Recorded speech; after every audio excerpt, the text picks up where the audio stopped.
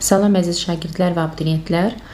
Bugün danışırıq bitki hüceyrəsinin orqanelləri. Şəkildə bitki hüceyrəsi göstərilmişdir 3D formatında. Birinci işarə olunan hissə vakualdır, mərkəzdə yerləşir, hüceyrə şirəsini saxlayır, su və mineral maddələrin ehtiyat anbarı rolunu oynayır, həm də hüceyrənin turqor təzyiqini təmin edir, osmotik tarazlığı qoruyur. İkinci isə gəlir hüceyrənin nüvəsi. Bu hüceyrənin nüvəsidir və hüceyrə nüvəsi hüceyrənin idarə edici mərkəzi adlanır. Onun DNT-si var və DNT genetik informasiyanın ötürülməsini təmin edir. Zülal sintezini və hüceyrə bölünməsini də tənzimləyir. Üçüncü rəqəmlə göstərilən orqanoid isə xloroplastdır. Biz bilirik ki, xloroplastda fotosintez prosesi həyata keçirilir və fotosintezin baş verdiyi plastitdir xloroplast və burada xlorofil pigmenti köməyi ilə işıq enerjisi kimyəvi enerjiyə çevrilir. Bu zaman karbon qazı və glikoza sudan istehsal olunur və oksigen qazı ayrılır.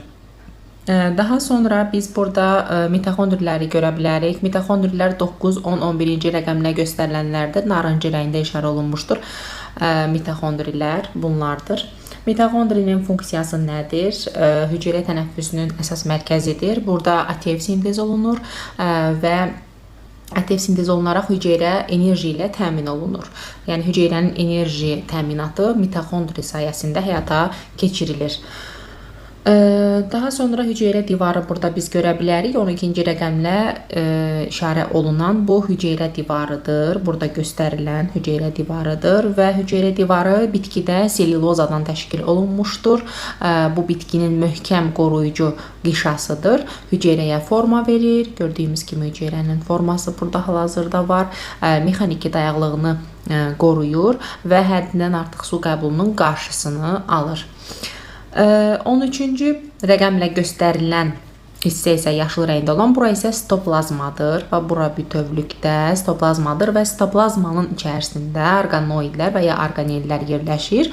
Sitoplazmada orqanellərin yerləşdiyi kolloid mühitdir və burada hüceyrə daxili maddələr mübadiləsinin böyük hissəsi də burada baş verir, sitoplazmada gedir.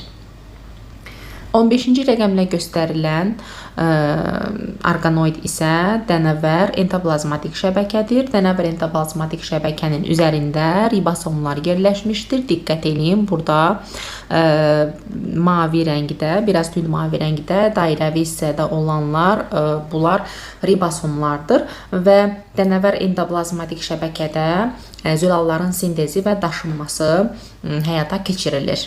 16-cı rəqəmlə göstərilən isə ribosomlardır.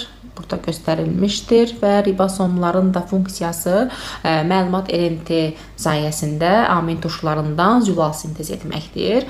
Yəni zülal sintezini həyata keçirirlər.